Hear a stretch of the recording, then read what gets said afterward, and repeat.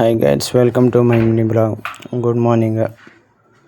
ಬೆಳಗ್ಗೆ 6:30ಗೆ ಎದ್ದು ಹೋಗ್ತಾ ಇದ್ದೀನಿ ಡ್ಯೂಟಿಗೆ. ಸೊ ನಾಷ್ಟ ಮಾಡಿಲ್ಲ, ಹಾಗೆ ನಾಷ್ಟ ಮಾಡೋದಿಲ್ಲ. ನೋಡಿ ನಂದು ಔಟ್ಫಿಟ್ ಹೇಗಿದೆ, ಯೂನಿಫಾರ್ಮು.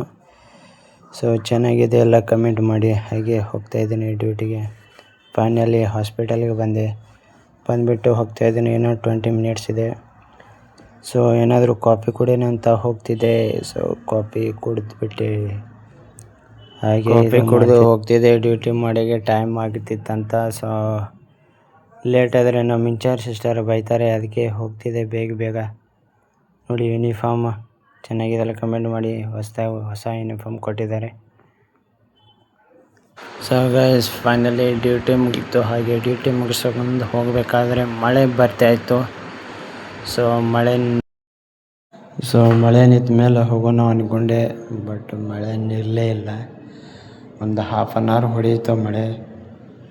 ಸೊ 4:15 ಆಯಿತು, ಅದಕ್ಕೆ ವೇಟಿಂಗ್. ಮಳೆ ಹಂಗೆ ನಿಂತು ಹೋಗಿಬಿಟ್ಟೆ. ಗೈಸ್, ಫೈನಲಿ ರೂಮ್ಗೆ ಬಂದುಬಿಟ್ಟೆ. ಹಾಗೂ ಡ್ರೆಸ್ ಮತ್ತು ಶೂಸ್ ಚೇಂಜ್ ಮಾಡಬೇಕಲ್ಲ, ಅದಕ್ಕೆ ಮಾಡ್ತಾಯಿದ್ದೆ.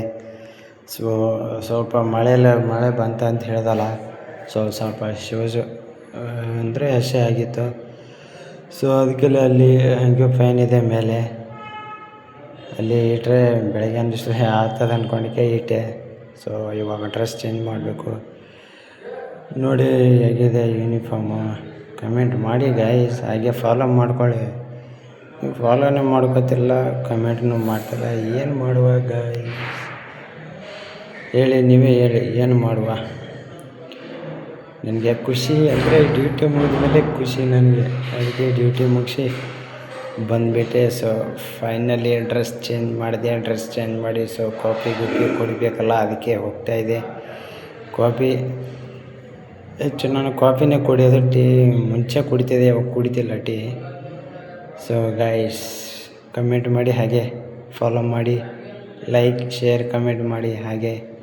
ಓಕೆನಾ? Take care.